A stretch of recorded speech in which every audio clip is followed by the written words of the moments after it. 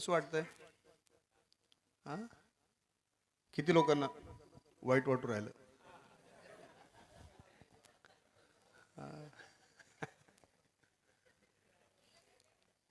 आजच्या समाजाची समस्या काय माहिती आहे का? लोकांना देवाचं नाव घेणंच लाज वाटते. लोकांना शिवी द्यायला लाज नाही वाटत. म्हणजे चौकात शिवी देऊ शकतात, पण चौकात बसून भजन कसं करायचं? है की? आणि ही मानसिकताच काफी आहे आपल्या ह्या सगळ्या धर्मावर प्रश्न निर्माण करण्यासाठी. बाकी कोणाला काही करायची गरजच नाही आहे.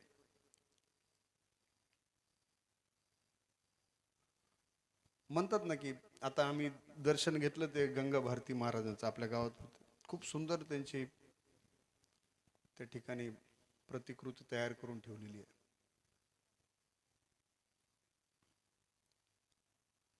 अगोदरच्या काळामध्ये असे साधू संत गावाला लागणं, गावाचं ते दैवत असणं, हे एक गौरवाची गोष्ट होती. म्हणजे गर्व असायचा की ते आमच्या गावचे गुरु आहे. आणि आपण ऐकलेलं आहे ना की गुरुशिवाय जीवनामध्ये मुक्ती नाही, गुरुशिवाय जीवनात प्रगती नाही. म्हणजे गुरु, बघा ना, काही लोकांना असं वाटतं की मग नसल गुरु तर काय होतं बरं? काय होणार आहे? काहीच नाही होत. पण तुझा गाल इकडून काहीतरी काळ्या गिरीस लागून काळा झालेला आहे, भरलेला आहे, तुला कळतंय का? मग जो कोणी म्हणतो अरे ते गालाला काय लागलं बघ रे, मग ते सांगणार कोण झाला? कोण झाला? गुरुच झाला. आपलं असं जीवन त्याच्या बिना मार्गदर्शनाशिवाय चालूच शकत नाही.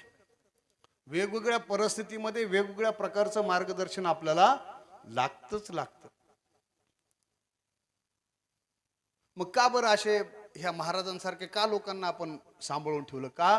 तर त्यांनी सनातन धर्मामध्ये असलेलं जे आध्यात्मिक ज्ञान आहे ते तेव्हापासून सांभाळलं आणि आपल्यापर्यंत आणून ठेवलं, म्हणून त्यांची पूजा करायची, बाकी काय नाही.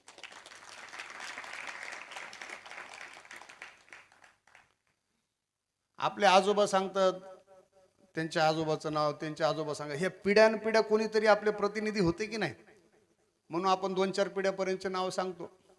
तशी ही संत परंपरा आपल्या समाजाची ही आधारशिला आहे. धर्म, संस्कार, संस्कृती ह्या लोकांनी टिकून ठेवण्यासाठी, गावातल्या लोकांना एकत्र बनवून ठेवण्यासाठी ह्या लोकांनी काम केलं. आणि त्याचंच एक उदाहरण म्हणून पूज्य गुरुदेव आज बघा, 7 समुद्रा पार ज्या देशामध्ये ओम म्हणण्याची पद्धत नाही, देवाचं नाव घ्यायची पद्धत नाही, ईश्वरच नाही मानत, अशा सुद्धा देशांमध्ये जाऊन त्यांनी आपल्या ज्ञानाचा सन्मान करायला त्या लोकांना प्रवृत्त केलं. ही ताकद आपल्या साधू संतांची.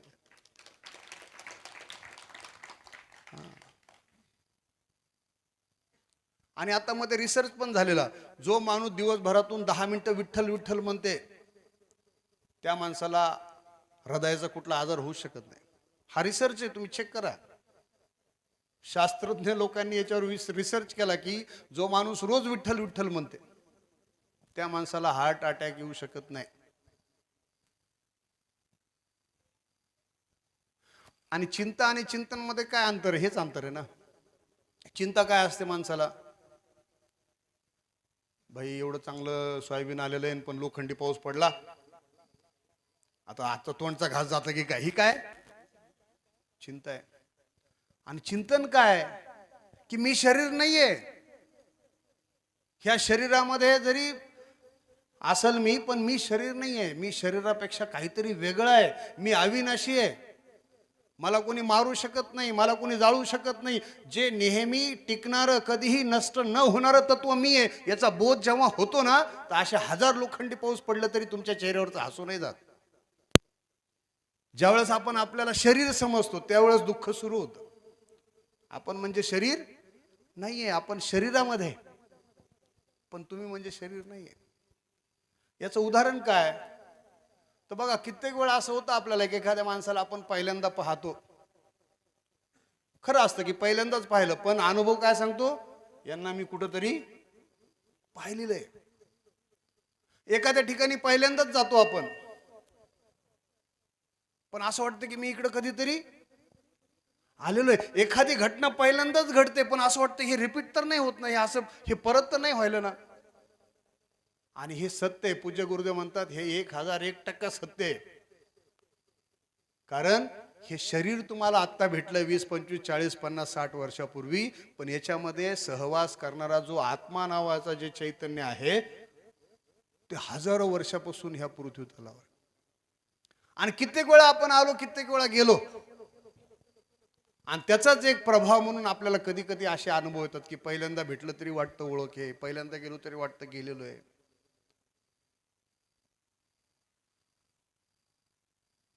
ज्या वेळेस आपण आपल्या जीवनाला असं विस्तृत दृष्टिकोनातून बघतो ना, तर ह्या छोट्या छोट्या गोष्टी, कटकटी, तक्रारी, शिव्या, शाप, भांडण, तंटा, बदला, सूड याच्यातून बाहेर निघतो आपण. लोकांच्या जीवनाचं मिशन राहतंय बघा, त्याला मी खलास केल्याशिवाय तर मी चैन मध्ये. अरे काही तो जीवनाचा उद्देश आहे. त्यांनी मोह अपमान केला, तू कशाला करून घेतला. म्हणणारा तुम्हाला मूर्ख म्हणून गेला, तुम्ही त्याला उत्तर देऊन महामूर्ख असल्याचा पुरावा दिला की नाही. एकनाथ महाराजाच्या अंगावर माणूस थुकला तर ते काय भांडत नाही बसले, पुन्हा आंघोळीला गेले, थुकला की पुन्हा आंघोळीला गेले.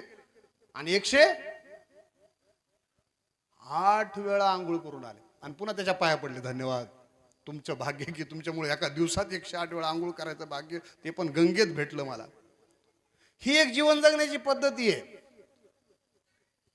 आणि अनाडीपणा काय, अज्ञान काय, कोणी तुमच्या चपलीवर पाय द्याला म्हणून त्याची घसंडी धरायची. माझ्या चपलीवर पाय द्याला, आकलन तुझ्या बापान तुला शिकेल नाही काही. अरे त्याच्या बापाच्या संस्काराचा तुझ्या चपलीचा काय संबंध आहे बाबा, तो खानदानच तसं आहे. अरे आणि ओरडू ओरडू आरडू सांगणार, धिंगाणा करून सांगणार. तर हे अज्ञान आहे. हा दृष्टिकोन, विस्तृत दृष्टिकोन असू शकत नाही हा व्यवहार म्हणजे. आणि पूज्य गुरुदेव सांगतात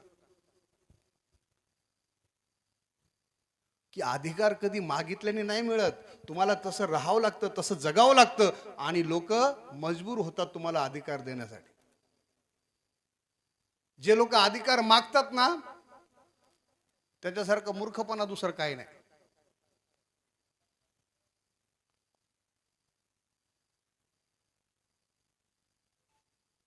तर आपण चिंतेमधून बाहेर पडलं पाहिजे आणि चिंतन केलं पाहिजे की माझ्या जीवनाला आता मी इथं आहे ना, तर इथून वर उचलण्यासाठी मला खरंच काय करण्याची गरज आहे. चिंतन काय की तुम्ही एखादी गोष्ट कित्येक वर्षापासून करायले, पण त्याच्यापासून मनच नाही भरलं, हे चिंतन आहे. पुडी, तंबाखू, दारू, सिगारेट, मांस मच्छी खाणं, हे तर वर्षानुवर्ष सुरूच आहे ना आपलं. चिंतन हे करा की ते करून आज मन भरलंय का, हो नाही भरलं, मग चिंतन हे की चला इसको लात मारो. कारण हे तात्पुरतं सुख वाटू शकतं, पण भविष्यामध्ये हे माझ्या जीवनाची मोठी समस्या बनल्याशिवाय राहणार नाही. हे चिंतन आहे. थोडंसं कष्ट करण्यासाठी ह्या शरीराला तयार करणं हे चिंतन आहे. आणि पूज्य गुरुदेव म्हणतात की जे लोक थोड्याशा सुखाला भोगतात आणि जन्मभर दुःखी राहतात, मूर्ख आहेत. आणि ते लोक बुद्धिमान आहेत, जे थोडंसं दुःख कष्ट सहन करतात पण निरंतर खुश राहतात. ते लोक कोण आहेत? बुद्धिमान आहेत. आणि व्यसनातून मिळणारं सुख ते तात्पुरतच आहे. बघा ना, हे लोक, काही लोक व्यसन करतात आणि मग एक दिवस जेव्हा जेव्हा त्यांना खरंच जगण्याची गरज असते ना, आता ते जबाबदार आहेत, त्यांच्या भरोशावर सगळा परिवार आहे, ते घरातले एकदम ते नसेल तर घराचं इतर फितर होऊ शकतं. अशा परिस्थितीत त्यांना कळतं की अरे भाई आपलं तर वाट लागलेली आहे, आपल्याला कॅन्सर झालेला आहे, आपली किडनी गेलेली आहे. आणि अशा आवश्यकतेच्या वेळीच ते माणूस आपल्याला सोडून निघून जात, फक्त काय, चिंतन न केल्यामुळे. मग आपण हे चिंतन केलं पाहिजे की माझं मन कसं प्रसन्न राहील. बघा ना, अगोदरचे लोक किती सुंदर असायचे असे, म्हणजे त्यांना आपण बघतो ते अगोदरचे, म्हणजे ते मेल्यानंतर असं 2 खुट्ट्या मारून बसून ठेवतात ना मांडी घालून, तेव्हा सुद्धा ते माणूस जिवंतच वाटायचा आधी गेलेला. असं वाटतं आता पटकन बोलते की काय काय माहिती. आणि आता जिता माणूस मेल्यासारखा दिसू राहिला. ते असं त्याला हलवा, हाय बरं काय गेलं नाही अजून. अरे बरं याने जेवण करायला याच्याकडे कॅमेरा लावला असतं तर 5 भाकऱ्या चुरून हाणल्या याने आता. याला घाम आल्याला पता नाही, वरणात म्हणते पाणी जास्त टाकलं. अरे तोच पाणी घामाचं पडायला ना त्याच्यात. एवढं चुरून हाणायला जेवण संपलं, एवढं पुसलं की पुन्हा भिकाऱ्यासारखं तोंड करून बसते. काय जीवन आहे. 1 लाखाच्या गाडीवर जाणार तोंड भिकारी, 5 पकवानाचं जेवण खाणार तोंड भिकारी, करोडोच्या लग्नात जाणार तोंड भिकारी. कारण ही प्रसन्नता बाजारातून पैसे देऊन तुम्ही विकत नाही घेऊ शकत. असंच नाही, बघा ना ती मूर्ती आतली बघितली असं वाटतं ती खरोखर बसली की काय. काय तेज चेहऱ्यावर बघा ना तुम्ही. एखाद्या मूर्तीमध्ये, दगडाच्या मूर्तीमध्ये जिवंत पण दिसणं हे त्यांच्या जीवनाचं सार्थक आहे, अजून काय नाही. आणि आमचं जिंदगी चाललं ते समोरचा वाडा आहे का, ते आपलं दुश्मन तिकडे जायचं नाही बरं का, तो खानदान तसं आहे, गायरादी आहे. तुम्ही लेकराला सांगितलं, लेकरं बी ते दगड घेऊनच फिरतात फक्त.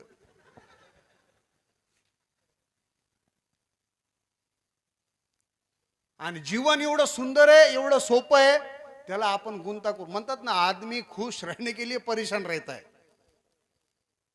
उठा ठेप करायची आपल्याला सवय लागलेली, रिकामी सवय लागलेली आहे, बाकी काही नाही. तसं पाहायला गेलं तर आनंदी, समृद्ध आणि आदर्श जीवन जगण्याला लागायला सगळ्या गोष्टी आपल्याकडे आहे. पण फक्त आपण बराबरी करतो लोकांची म्हणून जीवनात दुःखी आहे. पुढच्याने फटफटी आणली का मग मला आणावंच लागते. मग त्यांनी त्याच्या मेहनतीने आणली, पैसे आहेत म्हणून आणली, मी कर्ज काढून आणणार. आणि पेट्रोल कुठून टाकतो बरं, तू वापरत नाही, मग गाडी उभी येतं, कोणी येतं बाजू द्या बरं फटफटीची चावी, मग नाही म्हणता येते का. ते घेऊन जातात, ते वापस येऊस तर तुमचे ठोके हृदयाचे थांबत नाही. आता ठोकून आणतं का काय, सीट फाडतं का काय, गाडी चोरती होती का काय, वापस येतं की नाही. ह्या रिकाम्या गोष्टी करायला सांगितल्या कोणी तुम्हाला. दुसऱ्याला हात करून जा ना फुकट बाजाराला, या थैली भर घेऊन भाजीपाला, कशाला रिकाम्या भानगडी करता. पण तसं माणसाला सुखी नाही राहा वाटत. बराबरी तशान त्यांनी 50 थैल्या टाकल्या का मग मी 60 टाकतो. अरे भाई ते शेताची तू कॅपॅसिटी तर बघ. फक्त कशातही बराबरी. जेवणात बघा ना, गावात पंक्ती देत, मग त्यांनी जिलबी दिली का मग मी म्हैसूरचा पाक देतो, मी म्हैसूर पाक देतो. मी घरात भले संडास बांधणार नाही बिचारा, पण गावाला 2000 लोकांना जिलेबी. अरे त्याच्यातले 17,000 रुपये खर्च करून स्टाईल बाज घरात संडास बांध, घरातली लक्ष्मी बाहेर प्रदर्शन नाही करणार आपली. आणि हे बोलण्याची आज आपल्या देशामध्ये वेळ येते, हे दुर्भाग्य आपल्या देशात, अजून काय नाही. आणि आम्हाला गुरुदेवांनी गावात याच्यासाठी पाठवलं की तुम्ही गावात जाऊन सांगा की तुमच्या गावाचं कल्याण करायला कोणी बाहेरून येणार. बाहेरून येणारे फक्त पाकिटं घेऊन जाते ना आपल्या गावातून, तुम्हाला मी सांगतो. आणि त्यांचं हे सगळं स्ट्रक्चर सेट आहे एकदम. ते काय लई भावना बिवना काय नसतात. 2 तासाचा कार्यक्रम, 25,000 रुपये बस. मला सांगा तुम्ही काय फरक पडतो आपल्या जीवनात, काय बदल पडतो हे सगळं करून? काहीच नाही. मग काय उपयोग ते करून तरी? त्या देवाच्या पुढे भीतीने जातो आपण, आपलेपणाने आनंदाने हक्काने तर कधी जात नाही ते देवाकडे आपण. ते काय तुमच्या मागं लागलं का नाही माझ्याकडे या म्हणताय कधी? जाऊ नका ना तुम्ही. काय काय लोक होतं फटफटूनच म्हणतात, मग तू तसाच बसलेला राह, मी लय कामाचा आहे, वरूनच लांबूनच. अरे काय भक्ती आहे?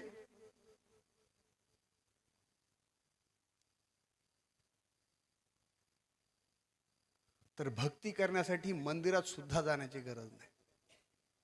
अंतःकरण आपलं मंदिर बनलं पाहिजे. आणि ते शिवाय ध्यान प्राणायाम चिंतनाशिवाय तुमचं मंदिर बनू शकत नाही. अंतःकरण शुद्धता आपल्या अंगी आली की आपलं जमलं. मग काय शुद्धता आली पाहिजे? आपले विचार शुद्ध पाहिजे. इथं काय विचार, समोरच्या घरात फटाकडे वाजले इकडेच गोळा फिरवायला पोटात, काय शुद्ध होणार विचार? लोकांचं सुख आम्हाला सुख वाटत नाही. वरून हा बरोबर काय छान, आतून जळायला वरून हा बरं झालं बरं का. अरे पहिलं काय विचार शुद्ध पाहिजे, दुसरं वाणी शुद्ध पाहिजे.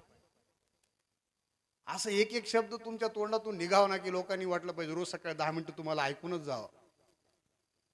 नाही तर काही काही असतात असे कलाकार, सकाळी बघितलं दिवसभर काही कामच होत नाही त्याचे, माहित नाही कोणतं अन्न खातात. तर काय काही लोक धारणा, हे दिसलं का आज काहीच नाही करायचं, आज आंघोळ सुद्धा नाही, गपचिप बसायचं घरात जाऊन. कारण एखादी मांजर आडवी गेली असती तर आपण रिक्स घेतली असती, पण हे दिसलं का काही नाही, चला घरला. काय काय असे लोक आहेत, त्याला बघितलं की उत्साह कमी होतो, दिवसभर कुठले काही कामं नाही होत. असं जीवन काय कामाचं? काही कामाचं आहे का जीवन? असं काही कामाचं नाही. तुम्हाला बघितलं की लोकांनी म्हणावं, हा आजचा दिवस आपला काही चिंता नाही, आज कुठलंही काम करा होणार. असं बनणं माणसाच्या जीवनाचा उद्देश पाहिजे. हे फटफटी घेणं, कर्ज घेणं, हे भानगडीन तेन फटाकड्या लावणं, राकेट त्याच्या घरात घुशीनं, त्याची गाडी पंक्चर करणं, कुठं त्याच्या लग्नातल्या वर्णामध्ये कुठं माती टाकणं, हे हे जीवनाचा उद्देश असतं का माणसाचं? आणि होतात गोष्टी, करतात लोक हे रिकाम्या गोष्टी.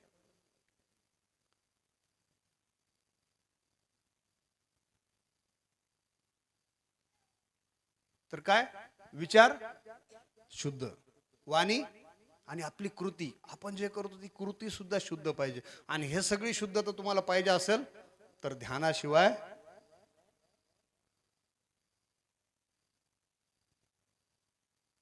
ते आहे ना तुकाराम महाराजाचं ते ध्यानावर, मन करा रे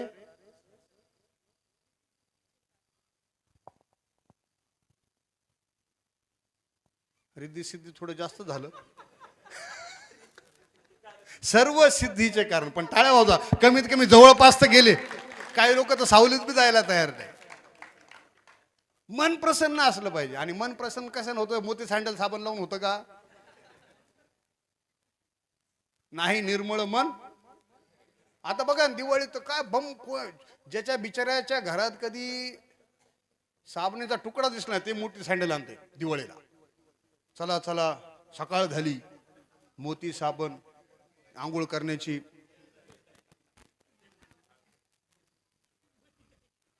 अंगाचा वास येण्यासारखे काम करता कशाला तुम्ही?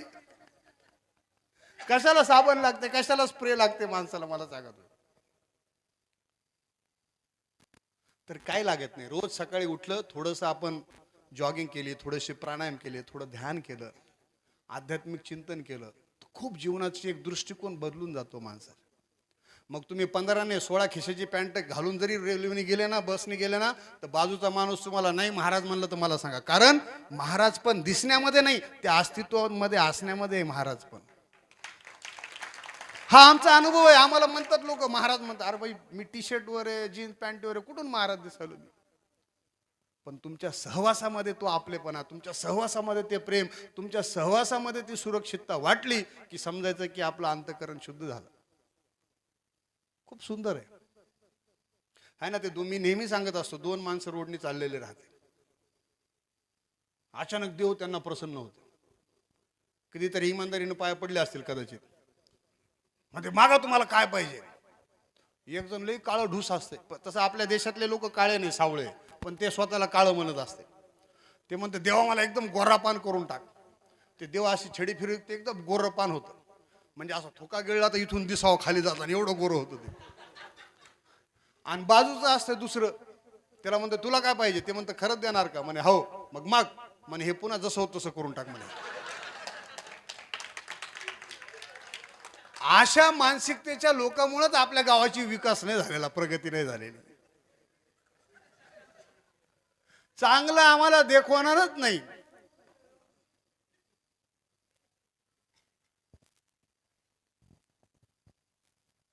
आम्ही एका गावामध्ये गेलो होतो सत्संग करायला.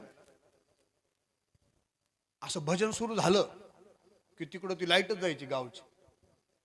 भजन बंद झाले की पुन्हा लाईट यायची, सुरू झाले की पुन्हा जायची, बंद झाले की पुन्हा यायची.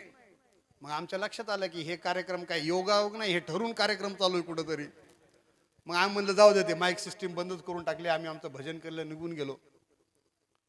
आणि आज आपल्या गावामध्ये हे जे 25-30 युवक आलेत, जे शिबिर आमचं सुरू आहे वाईल्ड टीपी नावाचं, ते जे माणूस होतो का तिकडे डीपी पाशी बसलेलं, जे हे कार्यक्रम करायचं, फ्यूज काढायचं टाकायचं, काढत टाकायचं, त्या माणसाला कोणतरी त्या शिबिरात आणलं. मग त्याने 8 दिवस शिबिर केलं, ध्यान केलं, प्राणायाम केलं. आणि पुन्हा आम्ही 1 दिवस त्याच्या गावात गेलो सत्संग करायला.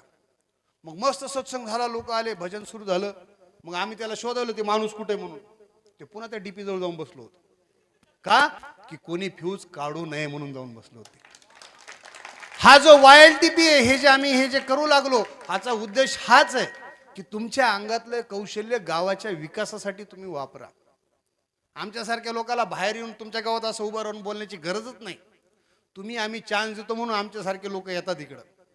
येताना आम्ही लटकून येतो, काळी पिवळी देतो, फटफटी देतो, काही दिवसातच फॉर्च्युनर मध्ये येतो, कारण पाकिट फिक्स आहे. तुम्ही तिथंच बसलेले असेच गच्चळ तोंड करून.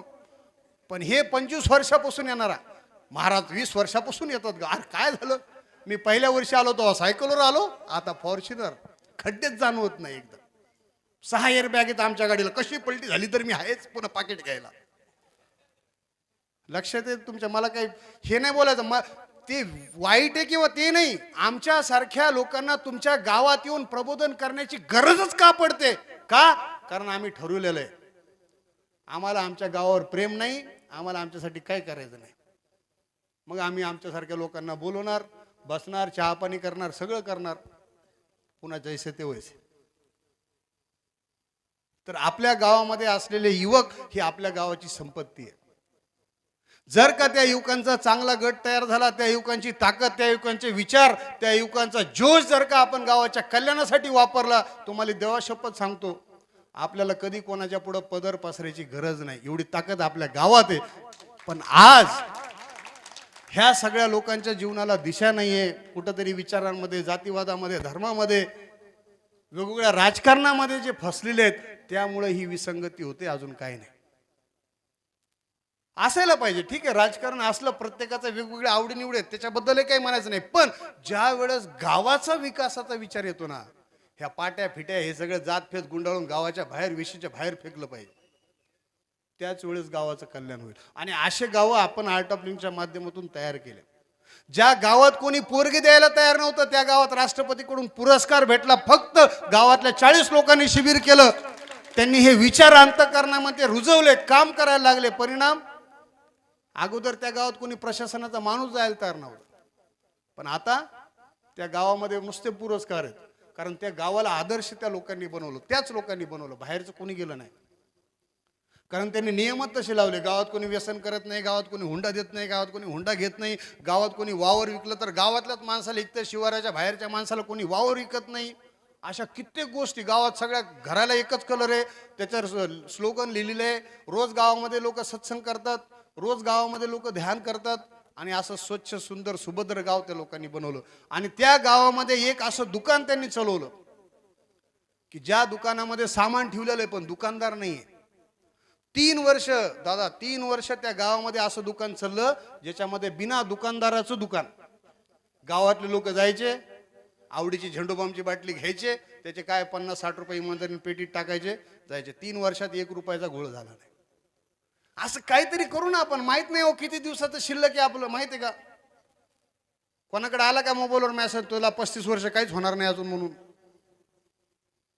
असं जाते माणूस की तिकडून दुःखाची वार्ता येते, शोक संदेश येते माणसाचा. हा आताच होतं. तर खूप सुंदर आहे. आपल्या गावात सुद्धा आमचे त्या दिवशी आपलं शिवजयंतीच्या कार्यक्रमाला आपल्या गावचे सरपंच आमची भेट झाली होती. माधू भाऊनं कार्यक्रम ठेवला होता. आज तुम्ही एवढ्या संख्येने बघा ना, लोकसंख्या किती ते महत्वाचं नाहीये, किती महत्वाचा वेळ देऊन लोक आलेले ते जास्त महत्वाचं. एकदा स्वतःसाठी नक्की तुम्ही टाळ्या वाजवल्या पाहिजे. तर चिंचोलीमध्ये खूप सुंदर आश्रमचं निर्माण कैलास महाराजांनी केलेलं आहे. त्या ठिकाणी हे 8 दिवसाचं निवास शिबिर सुरू आहे. तर आपण भजन करू, त्यानंतर हे सोबत आलेले लोक 1-2-4 लोक अनुभव सांगतील. मग परत बघू, आपली जशी जशी गाडी वळण घेईल तसं तसं जाऊ. आपण भजन करणार का? हो म्हणायला काही माणूस लावलाय का रोजानी? किती लोक करणार भजन? उठून नाचा वाटलं तर नाचा ना, काय प्रॉब्लेम नाही. काय नाचण्यासाठी काय घुटीत पाहिजे असं काही नाही. अंतःकरणातल्या भक्तीला डुलू द्या, नाचू द्या, काय प्रॉब्लेम नाही. ज्याला जे विचार करायचे ते करू द्या. तुम्ही कशाला विचार करता लोकांचा? तर छान भजन करू. आमचे शंकर महाराज चिंचोलीचे ज्या वेळेस आमच्या ह्या भागात काम असते ते निवळ वेळ देऊन येतात, कुठल्या अपेक्षेशिवाय येतात. महाराजसाठी एकदा टाळ्या होता, एकदा जोरात. खूप सुंदर साथ सत्संगामध्ये आपल्याला ते देत आहे. एक छान भजन करू, त्यानंतर मग हे काही लोक आपला अनुभव सांगतात.